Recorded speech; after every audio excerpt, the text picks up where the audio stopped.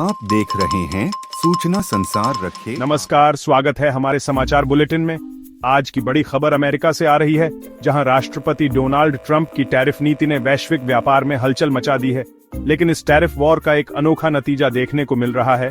भारत और चीन, जिनके रिश्ते ज्यादातर समय कमजोर और बेहद शत्रुतापूर्ण रहे हैं, खासकर जून 2020 में लद्दाख की गलवान घाटी में हिंसा के बाद, अब एक साथ आते दिख रहे हैं।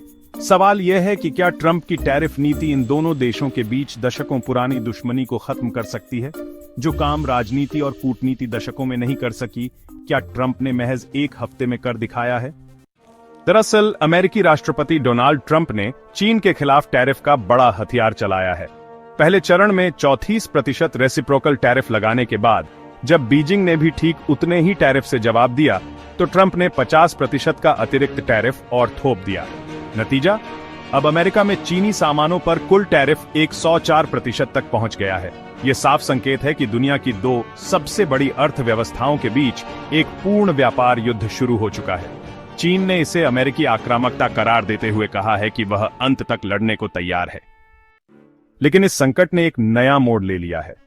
पिछले महीने चीनी विदेश मंत्री वांग यी ने कहा था कि ड्रैगन और हाथी को एक साथ नचाने के लिए दोनों देशों को मिलकर काम करना चाहिए। और अब ट्रंप के टैरिफ हमले के बाद बीजिंग भारत की ओर दोस्ती का हाथ बढ़ाता दिख रहा है। दिल्ली में चीनी दूतावास की प्रवक्ता यू जिंग ने सोशल मीडिया प्लेटफॉर्म एक्स पर लिखा, चीन भारत आर्थिक और व्यापार संबंध पारस्परिक लाभ पर आधारित हैं।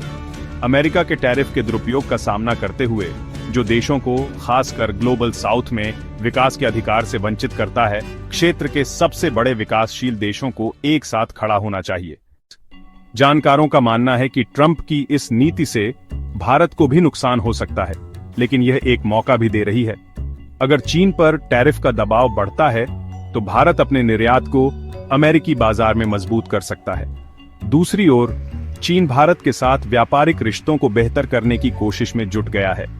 क्या यह सिर्फ मजबूरी का गठजोड़ है, या वाकई में हाथी और ड्रैगन के बीच नई दोस्ती की शुरुआत हो रही है? यह तो आने वाला वक्त ही बताएगा। हम इस खबर पर नजर रखे हुए हैं। अगले बुलेटिन तक नमस्कार।